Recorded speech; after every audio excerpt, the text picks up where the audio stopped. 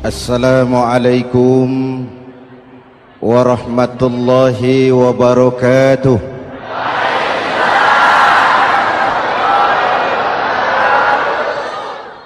Alhamdulillah wassalatu wassalamu ala Rasulillah Sayyidina Muhammad ibn Abdullah wa ala alihi wa sahbihi wa mawalah, amma ba'du.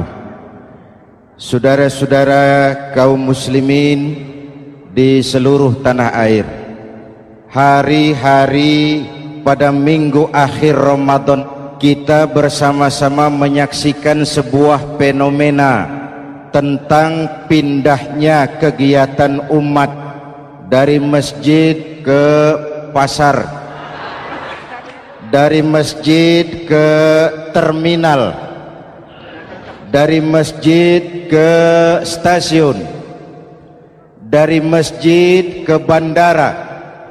Apa boleh buat, itulah wajah kita. Bahwa lebaran artinya mudik, bahwa lebaran artinya baju baru dan makanan.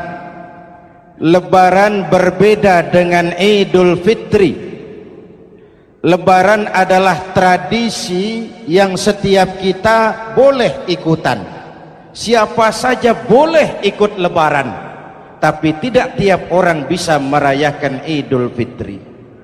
Mau puasa atau tidak puasa boleh lebaran, tidak dilarang sama petugas keamanan. Mau ibadah Ramadan atau tidak melaksanakan ibadah Ramadan boleh ikut lebaran, tapi tidak berarti merayakan Idul Fitri, karena selalu ada kos dari apa saja yang kita lakukan. Saya mau cerita, mau dengar nggak? Ada dokter gigi, dokter baru. Satu sore praktek, pasiennya 4 orang nunggu duduk jejeran. Dipanggil pasien pertama, diperiksa, berlubang giginya, dicabut tanpa dibius. Namanya dokter baru.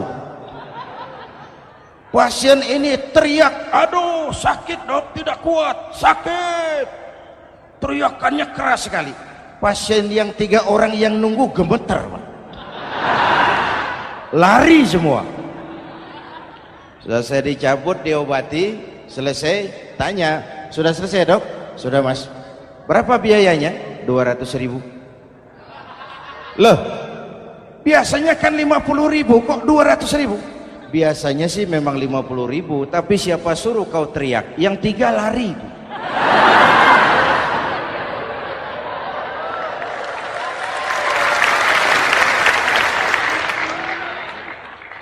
Cerita pendek ini ingin berpesan kepada kita, selalu ada ongkos yang harus kita bayar dari apa saja yang kita lakukan. Mau ibadah atau tidak, mau jadi orang baik-baik atau jadi bajingan paling tengik, mau berbuat salah atau berbuat soleh, selalu ada kosnya, selalu ada ongkosnya. Kita bicara kembali kepada fitrah, Idul Fitri. Bagaimana caranya? Pertama saya ingin mengutip bagian pendek dari ayat 185 Al-Baqarah. Walitukmilul iddata walitukabbirullaha ala ma hadakum wala'allakum tashkurun. Ada 4 hal dari cuplikan ayat pendek ini. Pertama, walitukmilul iddata, hendaknya engkau sempurnakan jumlah bilangan hari puasamu. Berpuasa sebulan penuh. Sebulan penuh itu bisa 29, bisa 30. Pak, kalau beda pendapat bagaimana? Ada yang lebaran tanggal 5, ada yang lebaran tanggal 6. Hadirin, bagi yang punya kemampuan berijtihad, silahkan melakukan ru'yatul hilal. Bagi yang tidak, lebih aman ikut pesan Nabi. Apa pesan Nabi? Fa iza ikhtalaftum fa alaikum bisawadil a'zam ma'al haqqi wa ahlihi. Kalau kamu berbeda pendapat, ikut golongan terbanyak yang benar dan ahlinya. Jadi walaupun banyak, kalau tidak benar dan bukan ahlinya, tidak usah ikutin. Banyak benar dan ahlinya. Contoh, 100 insinyur berbeda pendapat dengan 10 kiai tentang doa kunut. Yang diikuti pasti 10 kiai, bukan 100 insinyur. Betul? Atau sebaliknya, 10 insinyur berbeda dengan 100 kiai tentang konstruksi jembatan. Yang diikuti tentu 10 insinyur, benar dan ahlinya. Maka yang paling aman, kita punya departemen agama. Departemen agama punya ahli dari MUI, dari Nahdlatul Ulama, dari Muhammadiyah, dari Al-Wasliyah, dari Syarikat Islam, dikumpulkan melakukan ru'yatul hilal. Yang paling aman, dengeri saja pengumuman Departemen Agama.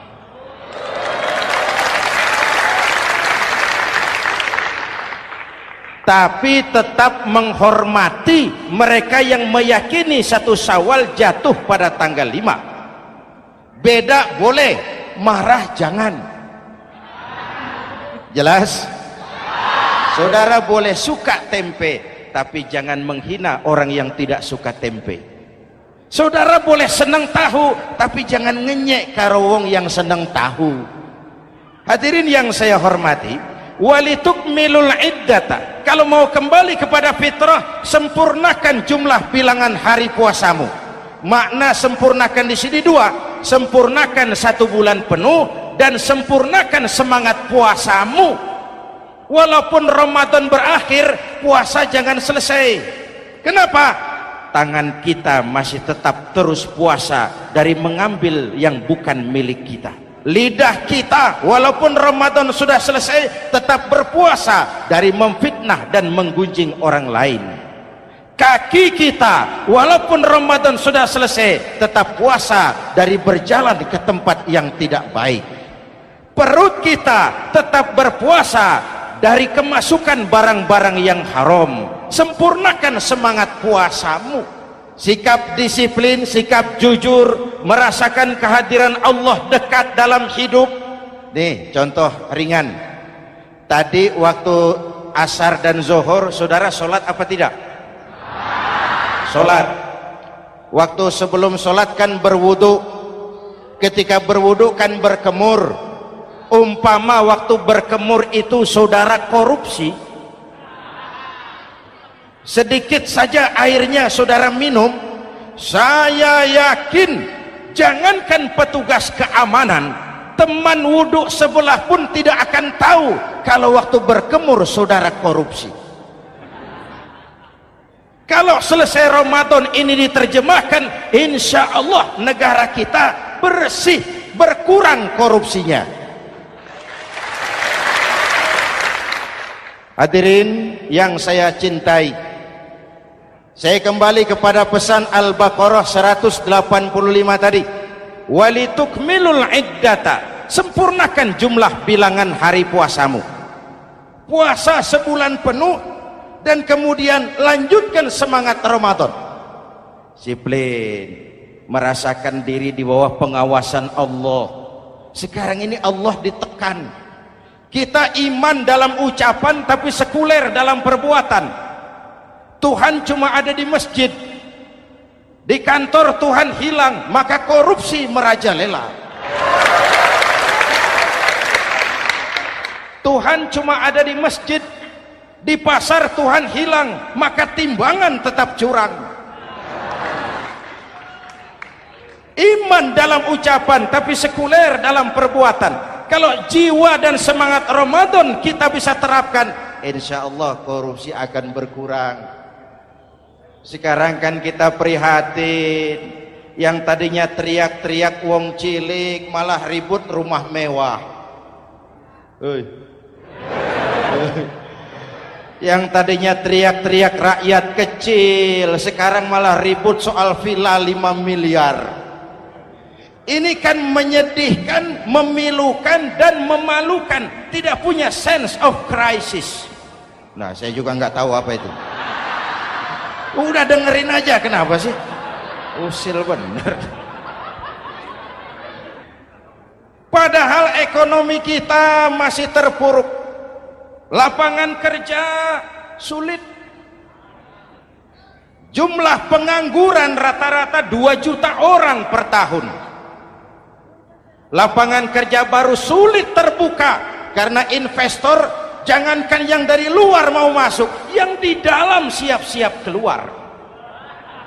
Terakhir kita dengar Sony, pabrik elektronik besar, mau cabut lagi, pindah invest ke Taiwan, menyusul pabrik silet yang di Ciputat itu.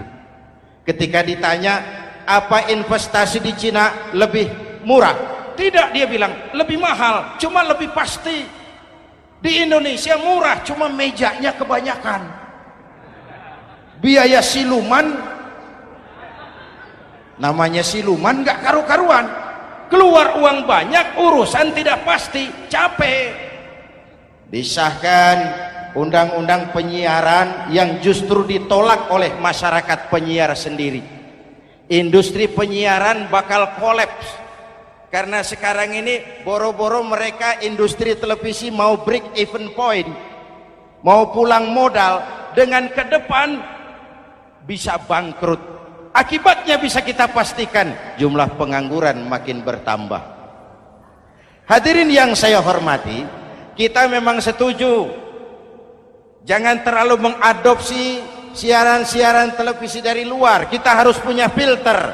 Tapi pada sisi yang sama kita juga harus memperhatikan lapangan kerja buat rakyat kita ini. Walitukmilul iddata, sempurnakan jumlah bilangan hari puasamu. Kalau jumlah hari puasa sudah sempurna, tuntunan yang kedua dari Al-Quran, walitukabbirullah, hendaknya engkau agungkan nama Tuhanmu. Takbiran. Takbiran itu bisa sendiri, bisa berjamaah, bisa di rumah, bisa di masjid, bisa di surau, bisa dengan pawai keliling, asal dilaksanakan dengan tertib dan tidak mengganggu lalu lintas umum. Prakteknya yang terjadi, pawai keliling itu mengganggu ketertiban umum, perang petasan, mengganggu lalu lintas. Terjadi macam, ada yang takbiran bawa bendera partai. Innalillahi wa inna ilaihi raji'un. Ini takbir politik. Hadirin yang saya hormati, kalimat takbir dalam kondisi kita, saya ingatkan kepada satu ungkapan Bung Tomo.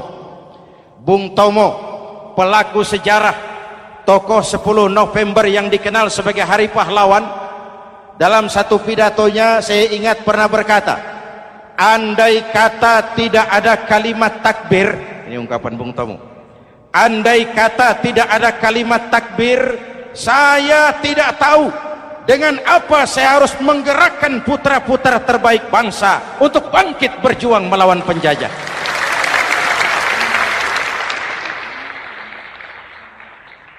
Ketika Allahu Akbar, itu londo kelihatannya kecil, meriam nggak meleduk. Dahulu orang-orang tua kita cuma ada 2 kata, merdeka atau mati. Tidak berpikir nanti kalau menang dan merdeka saya jadi wali kota di mana.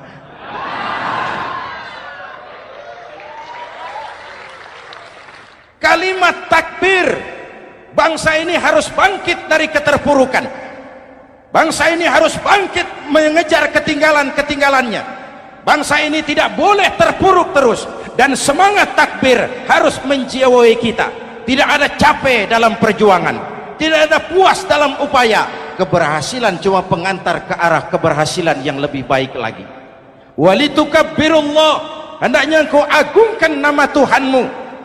Nama Allah menjadi motivasi besar dalam kehidupan kita.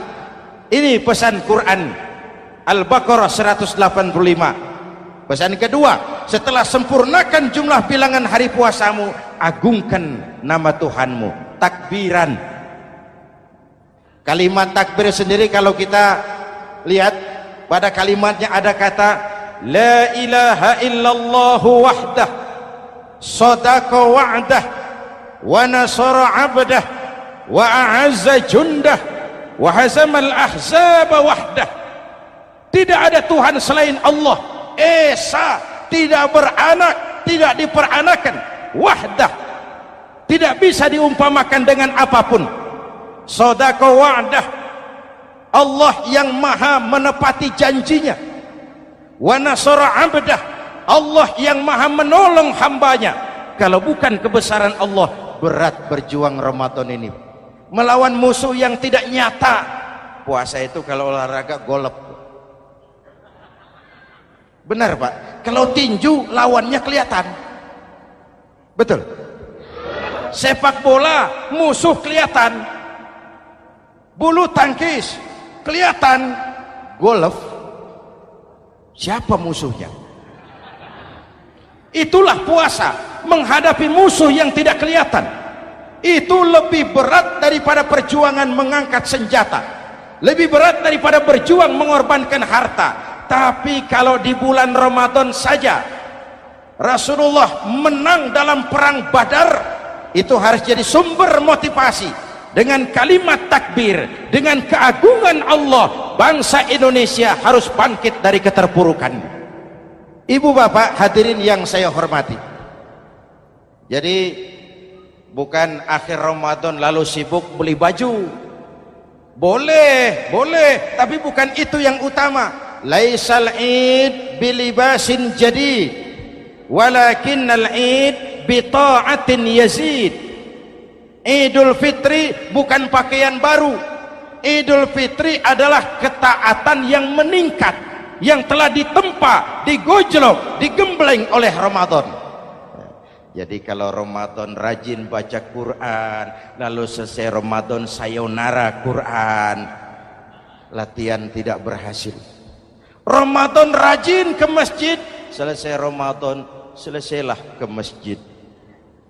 Awal Ramadan full house sampai ke halaman, akhir Ramadan cuma imam berdua tikar.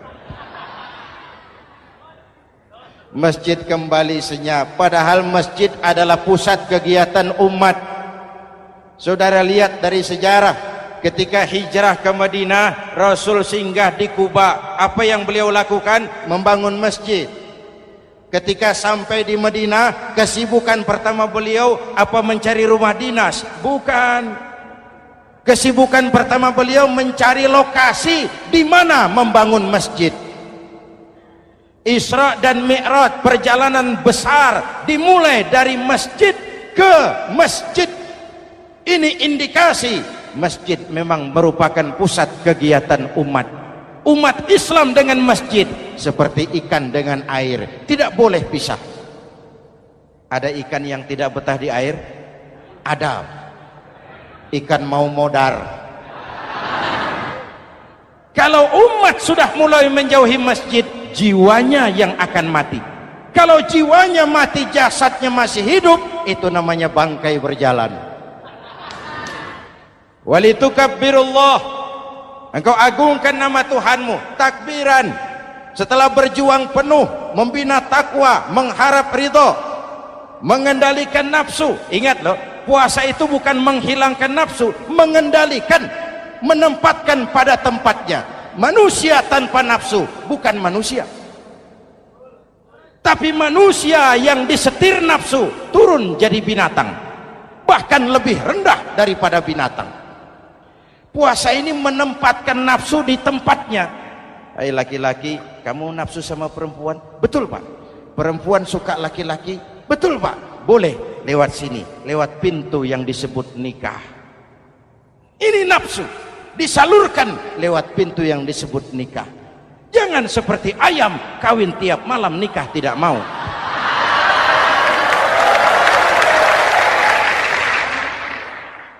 Hai manusia, nafsu kepada materi, kepengen kaya? Iya Pak, boleh. Usaha yang halal, jual beli yang halal. Wa ahallallahu al-bai'a wa harrama riba. Allah halalkan jual beli. Jangan ingin kaya lalu makan renten, ingin kaya lalu korupsi, ingin kaya lalu buka peternakan tuyul. Manusia ingin berkuasa, boleh, tapi tetap punya etika dan moral. Jangan ingin berkuasa lalu fitnah, ingin berkuasa lalu mengadu domba orang, ingin berkuasa lalu menghalalkan segala cara. Puasa menempatkan nafsu pada tempatnya. Manusia yang dikendalikan nafsu lebih puas daripada binatang. Saya punya ungkapan lama, sebuas-buasnya kerbau makanannya tetap rumput. Saya belum pernah dengar ada kerbau terlalu buas lalu makan roti. Betul? Tapi manusia kalau sudah dikendalikan nafsu, manusia bukan cuma makan nasi, aspal, semen, kertas, minumnya solar, jauh lebih buas daripada binatang. Inilah puasa, arep nguwong kewong, agar manusia itu jadi dirinya, fitrahnya, jangan dikendalikan oleh nafsu. Kita ini sudah diciptakan fi ahsani taqwim. Masya Allah. Hadirin, yang ketiga pesan Al-Baqarah 185 tadi, setelah sempurna jumlah bilangan hari puasa, lalu mengumandangkan takbir, membayar zakat fitrah. Kenapa itu kita lakukan? Mengagungkan nama Allah, ala ma hadakum, agungkan nama Allah yang telah memberikan hidayahnya kepadamu. Masya Allah nih, hidayah, kita bersyukur. Hidayah ini hak prerogatif Allah, diberikan kepada siapa saja yang dikehendaki oleh Allah. Kita bisa lihat dalam sejarah, ada anak Nabi tidak mendapat hidayah, tidak terpanggil mengikuti kebenaran yang disampaikan oleh bapaknya, namanya Kan'an, putra Nabi Nuh. Ada ayah Nabi bernama Azar, ayah Nabi Ibrahim, putranya penegak tauhid, ayahnya produsen berhala. Ada istri Nabi, istrinya Nabi Lut, tidak mendapat hidayah, tidak terpanggil mengikuti kebenaran. Lalu Abu Jahal, Abu Lahab, paman Nabi, melihat Nabi, menyaksikan mukjizat, mendengar wahyu, melihat tutur kata Nabi, hidayah tidak datang kepada dia, maka mereka tidak terpanggil mengikuti kebenaran. Kita alhamdulillah keponakan Nabi saja bukan, mendapat yang namanya hidayah ini. Ini harus kita pelihara, kita jaga baik-baik, karena ini merupakan hak prerogatif Allah. Yahdi man yasha, diberikan kepada siapa saja yang dikehendakinya. Hadirin, sembari kita mengambil pelajaran tentang Kan'an yang tidak dapat, putra Nabi Nuh. Ini saya ngambil bagian cerita sejarah. Masih mau dengar? Nabi Nuh diberi umur 950 tahun, berdakwah sepanjang hidup. 800 tahun beliau dakwah, dapat pengikut tidak lebih 80 orang, rata-rata 10 tahun satu. Yang dihadapi ini umat yang kurang ajar, bandel, bajingan, tengik. Kalau diceramahi, telinganya ditutup dengan tangannya. Ini saking kurang ajarnya ini umat. Diberikan dakwah, telinganya ditutup dengan tangan. Nabi Nuh ketika di puncak kesabarannya munajat, ya Rabb, bagaimana Nuh? Siang malam saya berdakwah kepada umat ini, saya sampaikan risalahmu, saya canangkan seruanmu, saya sampaikan ajaranmu. Inni da'autu qaumi lailan wa nahara, siang malam saya berdakwah kepada umat. Wa inni kullama da'autuhum ja'alu asabi'ahum fi adhanihim, tiap kali saya sampaikan dakwah kepada mereka, mereka tutup telinganya dengan tangannya. Saya tidak sanggup menghadapi umat seperti ini, ya Allah. Habis mau kamu bagaimana Nuh? Sikat saja sudah semua ini. Bikin mati saja. Nanti kalau punya anak, anaknya kafir lagi. Lebih baik bapak moyangnya, mbah-mbahnya sikat semua. Rabbi la tazar 'alal ardi minal kafirina dayyara. Jangan disisakan orang kafir. Habisin semua. Itu mau kamu? Iya. Buat kapal Nuh, nanti aku turunkan banjir. Dengan apa saya membuat kapal ya Rabb? Pakai kayu Nuh. Kayunya dari mana ya Rabb? Dari pohon tentu. Pohonnya belum ada ya Rabb. Tanam dulu Nuh. Membuat kapal kayunya nanam pohon dulu. Apa artinya? Perjuangan bukan simsalabim abragedabra. Perjuangan bukan makan lombok, ini hari dimakan, ini hari pedas. Perjuangan itu proses. Ada keringat, ada air mata, ada darah, tempo-tempo nyawa. Itulah perjuangan. Sudah pohon ditebang, buatkan kapal di tengah kampung. Umat unjuk rasa lagi. Nuh makin gila. Bikin kapal di tengah kampung, mau belayar kemana? Selesai Nuh, selesai ya Rabb. Naik. Orang-orang yang beriman bersamamu, naik. Binatang serba sepasang, naik. Naik Nuh, naik orang beriman, naik. Binatang serba sepasang. Gerimis mulai turun. Setelah kapal semua terisi, Nabi Nuh kontrol. Sudah naik semua? Sudah. Nuh, Mas Bejo ada? Ada. Bawa painem, naik sudah, masuk. Oke. Hei. Kan'an anak saya ikut tidak naik kapal. Kami tidak lihat Nuh. Turun ke bawah. Ada Kan'an. Kami tidak lihat Nuh. Naik ke atas buritan. Kelihatan Kan'an tidak ikut naik kapal. Kumpul bersama orang kafir di daratan. Inilah potret kehidupan. Kumpul dengan orang-orang kafir. Berapa banyak anak-anak kita tidak mau ikut orang tuanya ke masjid. Kumpul dengan orang-orang kafir di tempat maksiat. Nuh karena sayang kepada anak, dari atas kapal memanggil, ya bunayyarkam ma'ana. Ya, ini bahasa orang manggil Pak. Kan'an, kesini nak, naik kapal sama papi. Ini terjemahan bebas. Jawab Kan'an di bawah, tidak mau Pak, saya di sini saja. Jangan nak, Allah sedang murka, akan turun banjir.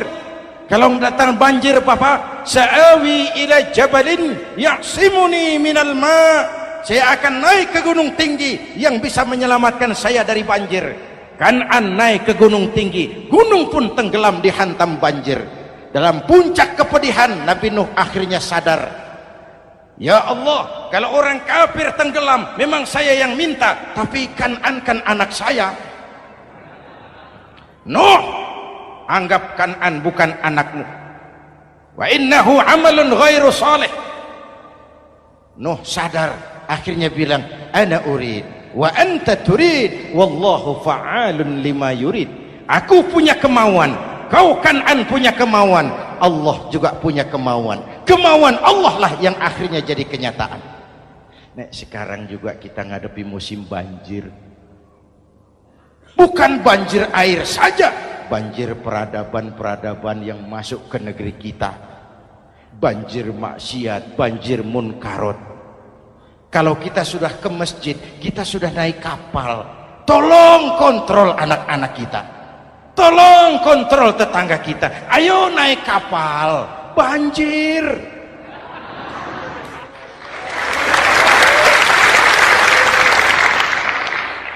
Ditutup ayat ini dengan wala'allakum tashkurun. Atas hidayah yang diberikan kepada kita, kita bisa melaksanakan ibadah Ramadan, bisa takbiran, dan diakhiri dengan ungkapan tasyakkur. Tasyakkur dan tafakkur, mensyukuri nikmat. Saya berulang kali mengingatkan, nikmat bisa berubah menjadi azab kalau kita tidak pandai mensyukurinya. Bayangkan Pak, tahun 87-an kita itu jadi negara yang berswasembada pangan. beras kita cukup untuk rakyat kita. Sekarang kita jadi pengimpor beras terbesar. Kita beli beras ke Vietnam, kita beli beras ke Thailand, ke negara-negara yang lebih kecil dari kita. Kenapa? Karena sawah kita tanami gedung dan beton.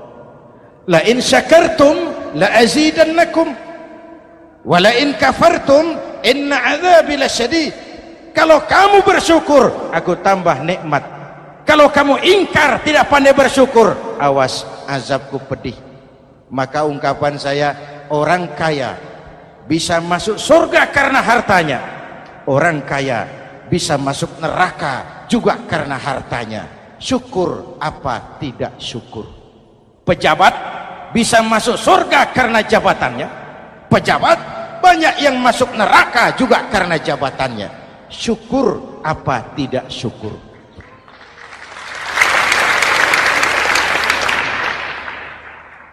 Orang alim, kiai bisa masuk surga karena ilmunya. Orang alim pun bisa masuk neraka lebih dulu dari penyembah berhala juga karena ilmunya. Syukur apa tidak syukur? Kasih jabatan sebagai pemimpin lalu menyadari sayyidul qaumi khadimuhum. Pemimpin suatu umat adalah pelayan bagi umat itu. Pelayan harus melayani, bukan minta dilayani. Selama ini kita memandang jabatan itu jalan pintas menuju kaya. Jabatan itu artinya kekuasaan dan fasilitas, maka yang lahir rampok-rampok baru.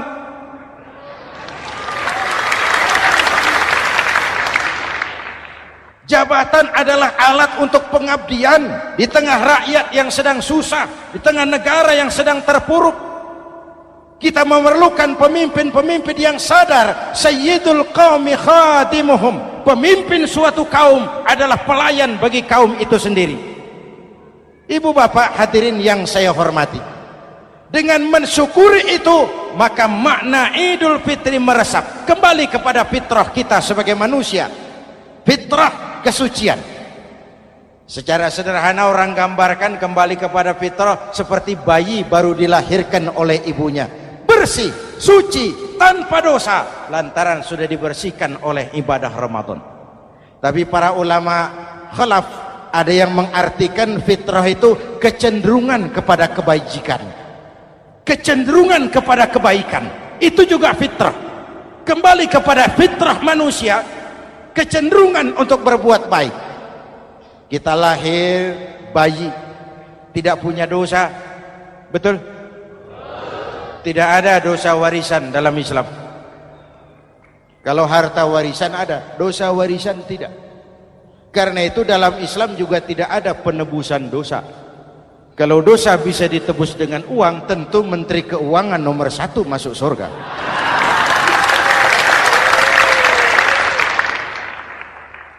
Dosa dalam Islam ditebus dengan taubat, langsung kepada Allah, sonder calo.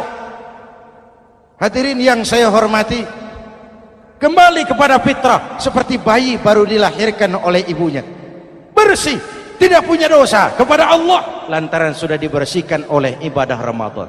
Soalnya kemudian kita kan tidak hanya bersalah kepada Allah, kita ini juga bergaul dengan sesama manusia, betul?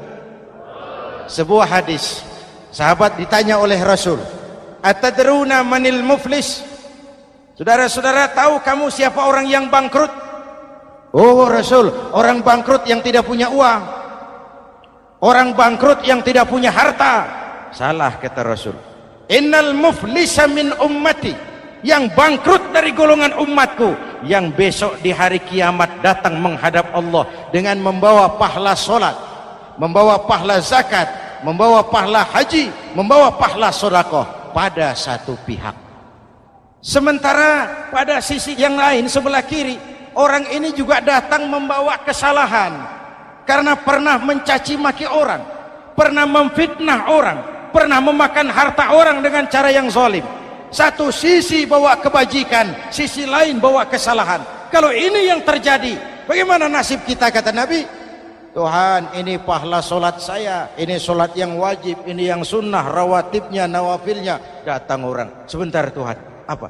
Dia memang rajin solat, tapi saya pernah dicaci maki, hancur nama saya, remuk hati saya. Di dunia saya tidak bisa membalas karena dia lebih berkuasa. Sekarang saya menuntut keadilan. Betul? Iya Tuhan. Sini pahala solatmu, kasih orang yang kau caci maki. Tuhan, ini pahala puasa saya, yang wajib Ramadannya, sunnah 6 hari Syawalnya, Senin Kemisnya. Ini Tuhan. Datang lagi, sebentar Tuhan. Kenapa? Dia memang rajin puasa, tapi saya pernah difitnah tanpa benar, dicorengkan arang ke dahi, hancur nama saya karenanya. Saya menuntut keadilan karena di dunia waktu itu cuma banyak pengadilan, tapi tidak ada keadilan. Benar?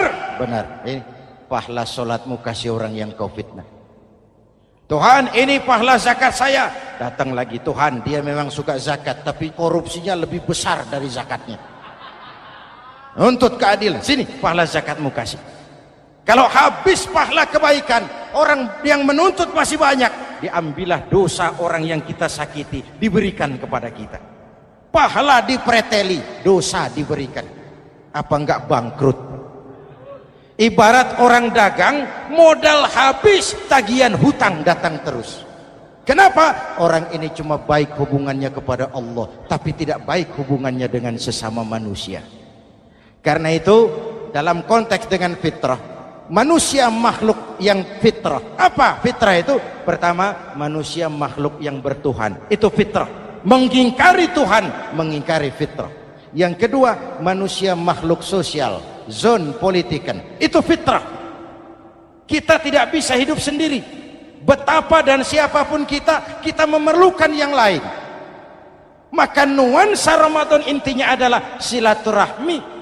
Nuansa Idul Fitri silaturahmi antar sesama kita. Ada baiknya saya ingatkan lagi sebuah hadis. Masih mau dengar? Selesai sholat Id, sahabat mendengar Rasul mengucapkan amin 3 kali. Amin, amin, amin. Ya Rasul, ada apa? Tadi turun Jibril selesai sholat, mau berdoa. Muhammad, aku mau mohon kepada Allah, mau kau aminkan? Silahkan Jibril. Jibril doa, Rasul amin. Doanya 3 macam permohonan, maka Rasul 3 kali mengucapkan amin. Kalau sudah Jibril yang doa, Rasul yang amin, apa iya doanya ditolak? Apa isi doanya? Yang pertama, ya Allah, doa malaikat Jibril, hari ini 1 Syawal, waktu itu doanya, saya mohon kepadamu, jangan engkau terima puasa dan ibadahnya anak yang durhaka kepada ibu bapaknya. Rasul mengucapkan amin. Renungan buat kita. Itu sebabnya barangkali sesibuk-sibuk di Jakarta masih mau mudik nemui orang tua. Yang kedua, ya Rabb, saya mohon kepadamu, jangan engkau terima puasa dan ibadahnya istri yang durhaka kepada suaminya. Amin. Kedengaran Bu? Ada ibu-ibu tanya, Pak, kalau suami yang durhaka sama istrinya bagaimana? Nah, hadisnya tidak menjelaskan itu, Bu.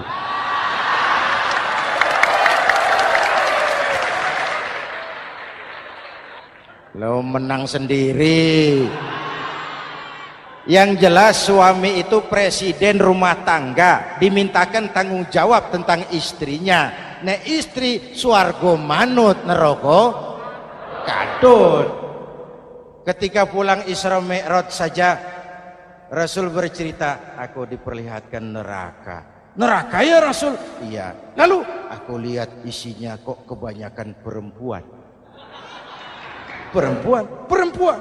Laki bagaimana? Laki juga tidak sedikit. Cuma kebanyakan perempuan. Ya Rasul, apa mereka tidak sholat? Sholat. Apa mereka tidak ngaji? Oh, rajin mereka sama suaminya. Kenapa banyak mereka di sana? Rasul senyum dan menjawab, hunna yakfurnal asir. Umumnya perempuan kurang bisa terima kasih sama suaminya.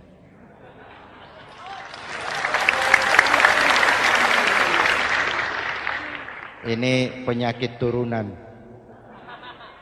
Oi, ngaku oi.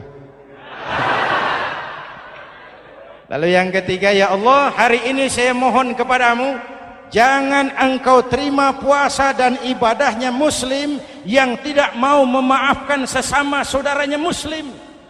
Memaafkan lebih berat daripada meminta maaf, tapi memberi maaf lebih mulia daripada meminta maaf. Inilah nuansa mengembalikan semangat saling menghargai, saling mencintai, keutuhan, kerukunan, dan kedamaian. Sudah capek kita rakyat dengan konflik. Sudah capek kita dengan mengedepankan perbedaan dan bukan persamaan. Sudah waktunya kita berbeda tapi tetap bergandengan, tetap bersama menyongsong hari esok yang lebih baik. Mintalah ridho ibu bapak, suami kepada istri, istri kepada suami, dan memaafkan sesama saudara muslim sehingga kita benar-benar kembali kepada fitrah. Terima kasih dan mohon maaf, semoga ada manfaatnya. Usikum wa nafsi bitaqwallah. Wassalamualaikum warahmatullahi wabarakatuh.